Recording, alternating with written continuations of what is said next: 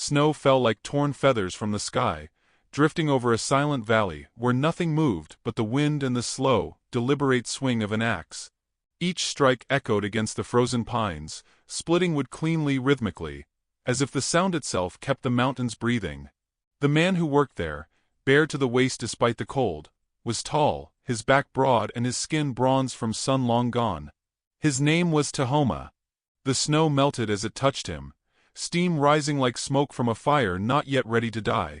He worked alone because he chose to. The town said he had once loved a woman whose name the wind still carried in whispers, that he buried her up in the hills and never spoke again of love or laughter.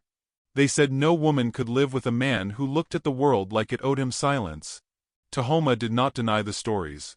He simply kept to the far side of the valley where the river met the pines, chopping, mending, living as if his heart were another tool left on the shelf. By sundown, the snow had deepened to the color of pearl.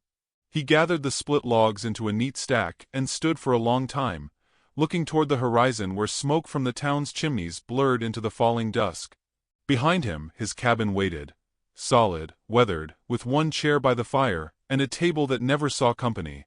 The floor creaked under his boots as he entered, the door closing with a sigh against the storm. He cooked by habit, not hunger. Venison, salt, water boiled into a plain stew. The smell filled the air, but he barely noticed. He sat, ate without hurry, and stared into the flames as if they might answer for the years that refused to pass. Outside, the world hissed under snow. It was near midnight when the horses came. He heard them before he saw them. Hooves slipping, a man's voice calling out, ragged, frightened. Tahoma stepped into the storm with the calm of someone who feared nothing left to lose. The wind tore at his hair, white flakes clinging to his chest like cold fingerprints.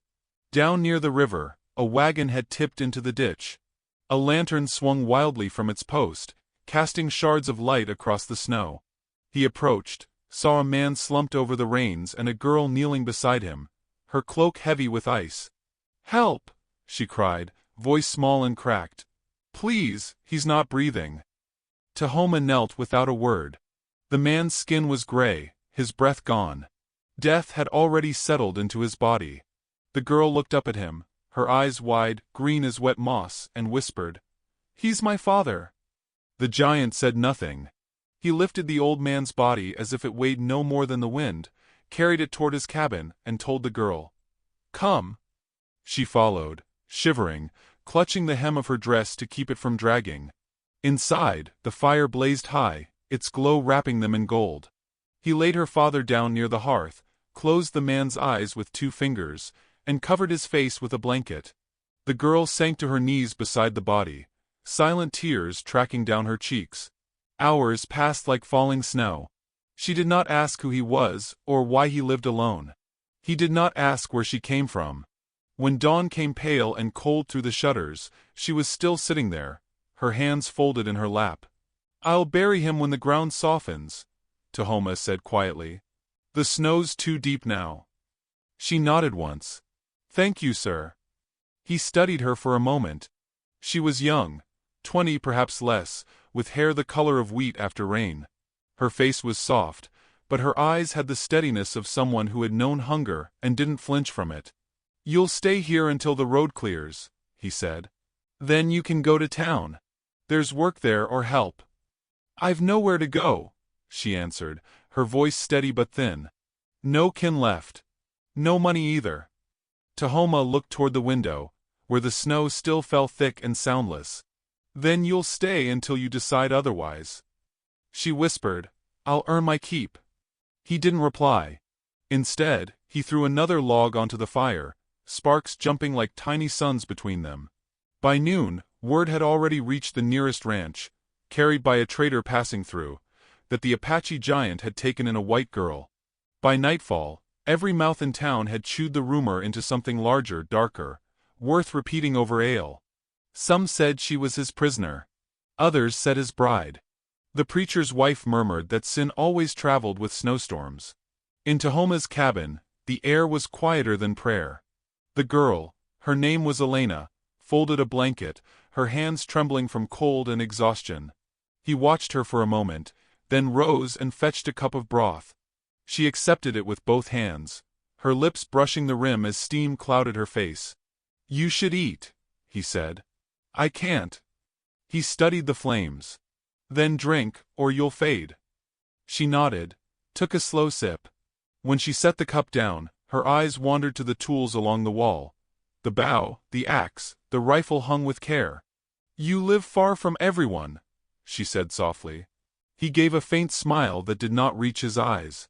"That's the point. Doesn't it get lonely?" "Not if you stop expecting company." Her gaze fell to her lap. "I used to think people needed one another." "That's what they tell you before they leave." She looked up at him, and for the first time he felt something stir beneath the years of stillness, something fragile, almost painful. The wind outside pressed against the cabin, rattling the window panes. The fire bent low, then flared again. Tahoma rose, crossed to the door, and stepped out into the storm. Elena hesitated before following. The snow swirled around them, blinding, soft as falling ash. He walked to the ridge where the forest began. Below, the wagon lay half buried in drifts. She watched him from a distance, her hair whipping in the wind. "What are you doing?" she called. "Making sure no one else is coming," he answered. "You mean no one else will find us?" He turned toward her, snow clinging to his lashes. "Maybe." She took a step closer, voice trembling not from cold but from something unnamed. "You saved me. You didn't have to." "I save what's on my land." "And if I died out there?" He looked away, his jaw tightening. "Then you wouldn't be my problem now." The words hit harder than the wind, but she saw the lie in them. How his hands shook slightly, how his eyes stayed fixed on the storm as if ashamed to meet hers. When they returned inside, the firelight threw his shadow high against the walls, a silhouette of strength bent by solitude. She sat near the hearth, watching him mend the handle of his axe. The rhythm of his movements was hypnotic, almost tender. "You don't speak much," she said. "Nothing worth saying." She smiled faintly. "Maybe not to you." He glanced up, surprised by her calm. "You'll leave when the snow clears," he said after a long silence. Her fingers traced the edge of the blanket folded beside her. "And if it never clears?" He met her gaze then, the fire reflecting in his eyes, dark, haunted, searching. The question hung between them like breath in the cold. Outside, the wind began to rise again, howling through the pines like a warning or a blessing. Inside, the flame wavered, throwing warmth across the room where two strangers sat too close to loneliness to move apart. And somewhere between the storm and the silence, Tahoma realized that for the first time in years, he had looked at another soul and not found a ghost. Elena, still staring into the fire, whispered to herself, almost too softly for him to hear. "Maybe the storm brought me to the wrong place, or maybe it brought me home." He heard her but said nothing. The storm deepened outside, sealing the valley in white. Inside, the man who wouldn't love sat very still, knowing something had changed and fearing exactly what it meant. Days passed like the quiet breathing of the valley, steady and slow beneath its blanket of snow. The storm that had trapped them refused to lift, and the world outside the cabin turned white and endless. Inside, the air was warm with firelight and unspoken things. Tahoma moved through his routines with deliberate grace, cutting wood, mending tools, brushing frost from his shoulders when he returned from the woods. Elena watched him sometimes when he didn't notice, studying the calm with which he carried solitude, as though silence were his oldest companion. She made herself useful. Each morning, she swept the floor, washed the few dishes, hung wet clothes to dry beside the fire. When she found his old gloves torn, she mended them by lamplight, her needle trembling in fingers still raw from cold. He didn't thank her, but the next day, she found a small bundle of herbs by her door, a salve for cracked hands, freshly ground. It was his way of speaking. Evenings were the strangest. He would sit near the hearth sharpening his knife, and she would hum softly under her breath. Old hymns, lullabies, words he did not know but remembered from another life. The melody filled the silence like sunlight spilling through dust. He said once, without looking up, "You sing like someone who still believes." She smiled faintly. "Maybe I do. Belief dies faster than people. And yet you keep lighting the fire." He looked at her then, as if trying to understand why she hadn't broken yet. Outside, the wind clawed at the shutters, but inside, something quieter began to stir, like embers catching beneath ash. One afternoon, while tending the pot on the stove, Elena burned her hand. The iron lid slipped, searing her palm before she could pull back. She gasped, dropping the ladle, and Tahoma was at her side before the sound had faded. He caught her wrist, turned her hand over gently. "You should be careful," he murmured, his voice low but shaking. I didn't mean to," she said, fighting tears. He dipped a cloth in cold water, wrapped it around her hand, then added herbs from a pouch at his belt. His fingers were rough, calloused, yet he touched her as though afraid she might vanish.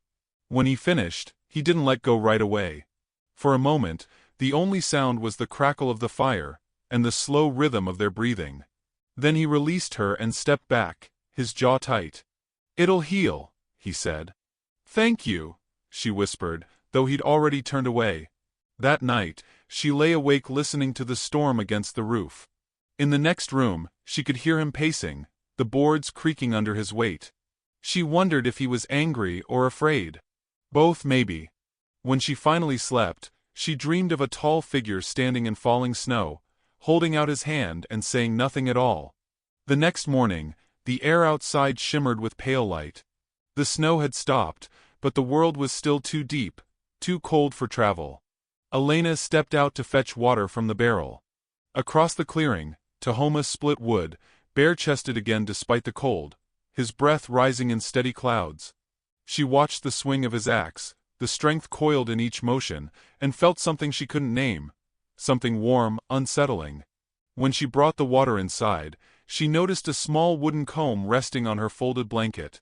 It was carved from cedar, simple but smooth, shaped by careful hands. She turned it over, tracing the lines, realizing he must have made it for her. She didn't mention it, but that night, she wore her hair loose, brushed soft and gleaming in the firelight. He noticed, though he said nothing. Later that week, a trader from town stopped by with supplies. He brought flour, coffee, and something less welcome, rumor. As he left, he said to Tahoma with a smirk, "Folks say you've got yourself a bride up here. Didn't think you were the marrying kind." Tahoma's eyes darkened. "She's under my protection," he said evenly. The man laughed, stepping into the snow. "Protection looks a lot like company." When he was gone, the cabin felt smaller. Elena, who had overheard, kept her back to Tahoma as she stirred the pot. Her shoulders were tense, her movements stiff. "Protection," she said quietly, almost to herself. "Is that all I am?" He turned to her, but she didn't face him. "You'd rather I say what they say in town?" "I'd rather you said nothing if you don't mean it." Her voice trembled, not with anger but with hurt. "You think shame protects me? It doesn't. It just makes me feel like I should hide."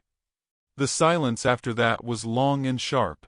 Then, without another word, she grabbed her shawl and stepped outside into the cold night. The wind stung her cheeks as she walked across the clearing. Snow crunched underfoot, the stars blazing sharp and merciless above her.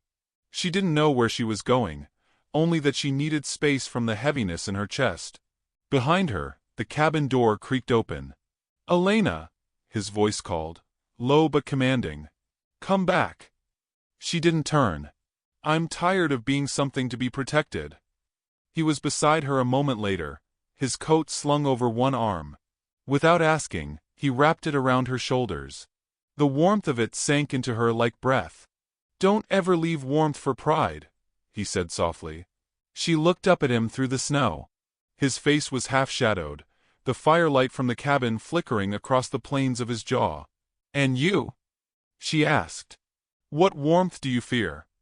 He met her gaze, the answer flickering in his eyes before he could stop it. "The kind that melts everything it touches." Her lips parted, but no words came.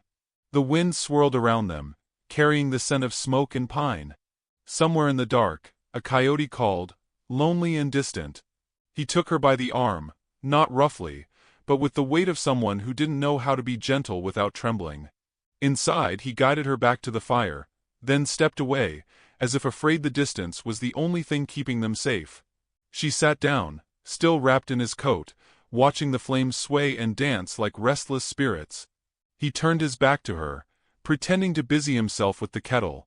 Neither spoke again that night, but something fragile had shifted, like the first crack in ice before spring. When she finally drifted to sleep, she dreamed of walking barefoot through snow that didn't burn, of a man standing beside her, silent and unyielding, and the faintest glow of warmth spreading between them. Outside, the storm began again, whispering against the walls. Inside, the fire burned lower, its last coals pulsing faint red, like a heart learning, uncertainly, to beat again. When the storm finally broke, the valley did not breathe, it merely waited. The snow had begun to thaw, slow and stubborn, leaving the world painted in bruised gray and melting white.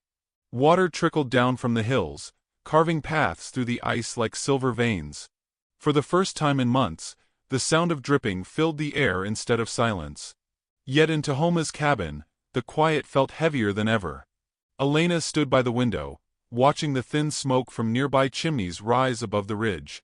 Beyond those hills lay the town, the place she had not seen since her father's burial. Tahoma was at the table, whittling a piece of wood into something shapeless, his eyes fixed not on his hands, but on whatever thought refused to leave him. The thaw meant freedom. Freedom for her, and the return of everything he had been trying to keep away. "Snow's melting fast," she said finally. "You'll be able to go to town again soon." He didn't look up. "You could go with me. Sell what we have left." Her breath caught. "We?" He paused, then shrugged. "You've been working same as me." The word hung between them, soft and dangerous. For months, their world had been this cabin, two lives pressed together by necessity and silence. Now the thaw was prying them apart. Elena turned back to the window, her reflection ghosted against the glass. "And what will they say when they see me with you?" He set down the carving knife. "They'll say what they've always said." "And you don't care?" He looked at her then, his eyes dark as wet earth. "If I cared what they said, I'd have left this valley long ago." But she could see the tension in his jaw, the weight behind his calm. He cared, just not in ways words could admit. When they rode into town 2 days later, the sun had begun to cut through the last layers of cloud. The horses' hooves sank into slush, and the air smelled faintly of pine sap and smoke. People turned to look. Conversations stopped. Whispers followed them like shadows. Elena kept her chin high, though her stomach twisted. The preacher's wife leaned toward another woman on the porch and muttered, "She's living under his roof, I hear." An older man spat into the dirt. "Can't trust their kind," he said. "Quiet until they ain't." Tahoma ignored them, his face carved from stone. He tied his horse to the post outside the trading post and motioned for her to wait. But Elena followed him inside. The room was warm and crowded. Shelves of canned goods and bolts of cloth lined the walls. The trader, Holt, looked up with a grin that did not reach his eyes. "Well, if it isn't the mountain ghost himself," he said. "And the lady, been hearing plenty about you too." Elena's pulse quickened. "We need flour and oil," she said quickly. "And maybe sugar if you have it." Holt chuckled, glancing between them. "A wife who speaks for him too, eh?" Before she could answer, Tahoma stepped forward. His hand landed on the counter like a hammer. "She's under my protection," he said quietly. The words, meant as shield, cut like a blade. The room went still. Elena looked down at the floorboards, her face burning. Protection. As though she were something fragile or shameful, or his to guard but never to hold. Holt laughed under his breath. "That what you're calling it these days?" Tahoma's fist closed around the trader's collar, and slammed him against the post by the door. The crack of wood echoed through the shop. Jars rattled on the shelves. "Say another word," Tahoma said, voice low, dangerous. The man's eyes bulged, his hands raised in surrender. All right, just joking." Tahoma let him go. Holt stumbled back, gasping. For a moment, no one moved. Then Tahoma turned, jaw tight, and walked out into the sunlight. Elena followed, her heart hammering. Outside, people stared openly now, some with pity, some with judgment. She caught up to him near the horses. You shouldn't have done that. He didn't stop. He insulted you. He insulted us both, she said. And now every person here thinks you proved them right. He froze then, shoulders rigid. For a moment, he looked almost lost. I don't care what they think. Maybe not, she said softly. But I do. He turned to her, eyes burning. You don't belong to this valley, Elena. Not to me. Not to anyone. You can still leave before their words chain you the way mine do. She shook her head slowly. And go where? My father's gone. My home's buried under the snow. Everything I have is here. You don't understand, he said. A man like me doesn't get to be forgiven. Then maybe that's why I stayed, she whispered. To remind you that you don't need forgiveness to deserve peace. He looked at her a long time, then turned away, as if afraid that one more glance might undo him. That night the storm returned. Not of snow, but of wind and rain, the thaw breaking the river loose. The sound of it filled the cabin, wild and restless. Tahoma sat by the fire, silent, while Elena mended a shirt in the corner. Without looking up, she said, You've been different since we came back. He didn't answer. You're angry at me. Still silence. She set the cloth down. You said I don't belong here. Then why do you keep looking at me as if I do? His hands stilled. For a long time, the only sound was the wind pressing against the walls. Finally he said, There was a woman once. My people raided a wagon train on this land. I stopped them from killing her, hid her in the canyon. We were supposed to meet when it was safe, but the soldiers came first. She was killed because she trusted me. His voice broke slightly, like old timber under pressure.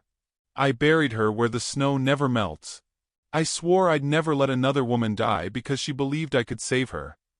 Elena rose slowly. You think you're cursed? He gave a short, bitter laugh. No. I know I am. She stepped closer until the firelight brushed her face. You're wrong. He looked up sharply, but she didn't flinch. Her hand lifted, trembling, and she pressed it to his chest, over the place his heart beat like a distant drum. You think you carry death, she said. But all I see is the man who carried me through the storm. His breath caught. For a heartbeat, it seemed he might pull her into his arms, might let the world finally break open between them. But then he stood abruptly, stepping back. You should rest. Tahoma. Please, he said, his voice raw. Don't make me forget what I promised the dead. The words silenced her. She turned away, blinking against tears she refused to let fall. When she finally lay down, the wind howled harder, shaking the shutters like fists against the wood. Hours passed. The fire dimmed. When she rose before dawn, the cabin was cold and empty. His bed untouched. She opened the door, the air biting her lungs. Tahoma sat outside in the snow, bare to the waist, his hair slick with frost, his eyes fixed on the horizon. Around him, the wind whipped the drifts into ghosts. Tahoma, she whispered, running to him. His skin was ice. She knelt, wrapping her arms around him, trying to pull him back into warmth. He didn't move, didn't look at her. If I sleep, he said quietly, I see them. All of them. I hear her screaming my name. Maybe if I stay out here long enough, the storm will take what's left. Her voice broke. You guard what's already yours. His head turned slightly, confusion flickering in his eyes. You guard me, she said, tears freezing on her cheeks. And I'm not leaving. He stared at her, the weight of her words cutting through the cold.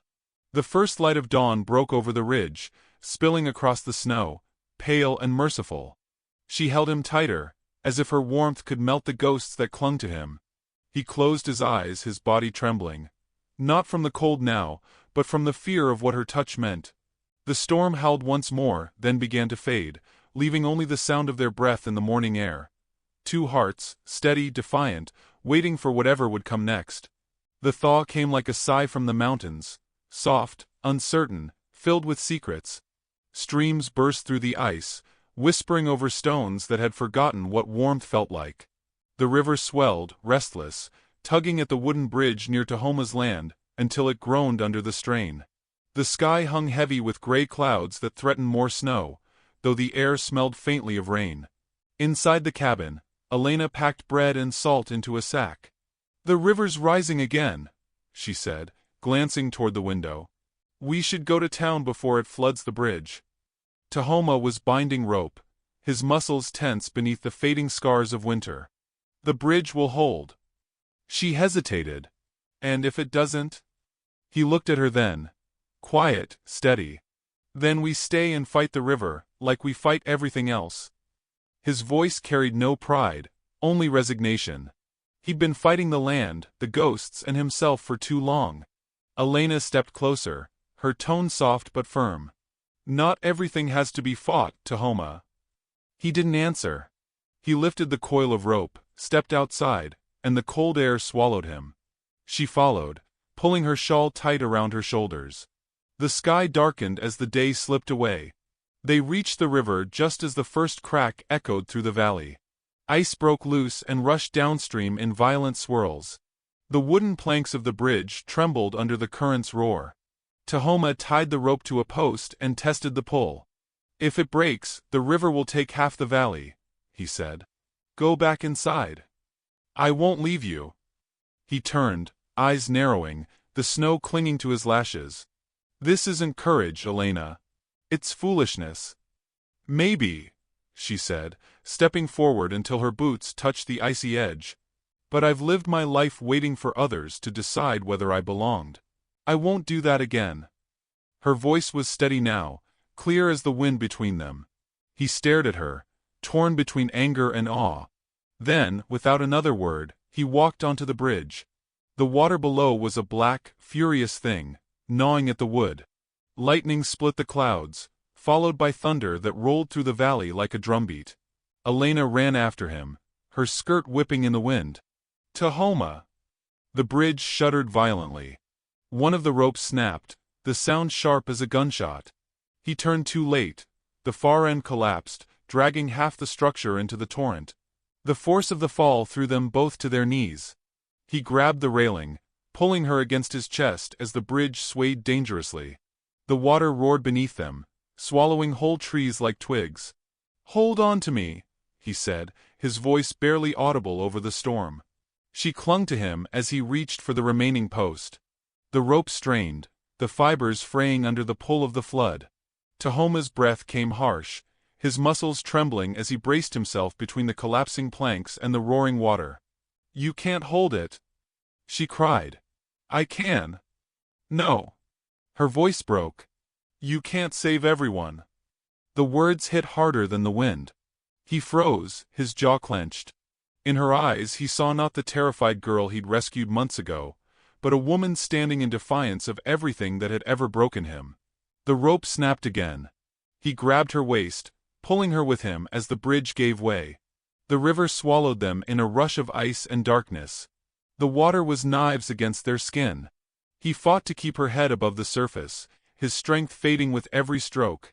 She gasped his name, her fingers locked around his wrist.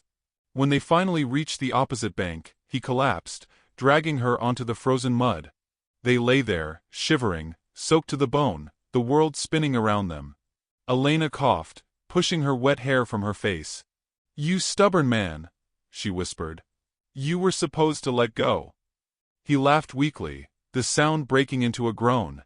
"You don't know how long I've been holding on." She moved closer, her hands trembling as she touched his face. His skin was ice, his lips pale. "You'll die if you stay like this." He tried to speak but couldn't. She pulled him into her arms, pressing his chest to hers, the fire of her body trying to thaw his cold. "Don't you dare," she murmured, her voice cracking. "Not after all this." The storm howled around them, but she refused to move. The hours blurred into a fever of rain and breath and heartbeats. When morning came, the storm had passed. The valley glowed gold, sunlight spilling through mist and branches heavy with ice. Tahoma opened his eyes slowly. He was wrapped in a blanket near the hearth, the scent of smoke and pine thick in the air. Elena sat beside him, her hair loose, her eyes red-rimmed but bright. "You're awake," she whispered. He looked at her, his voice rough. You stayed. She smiled faintly. You thought I wouldn't?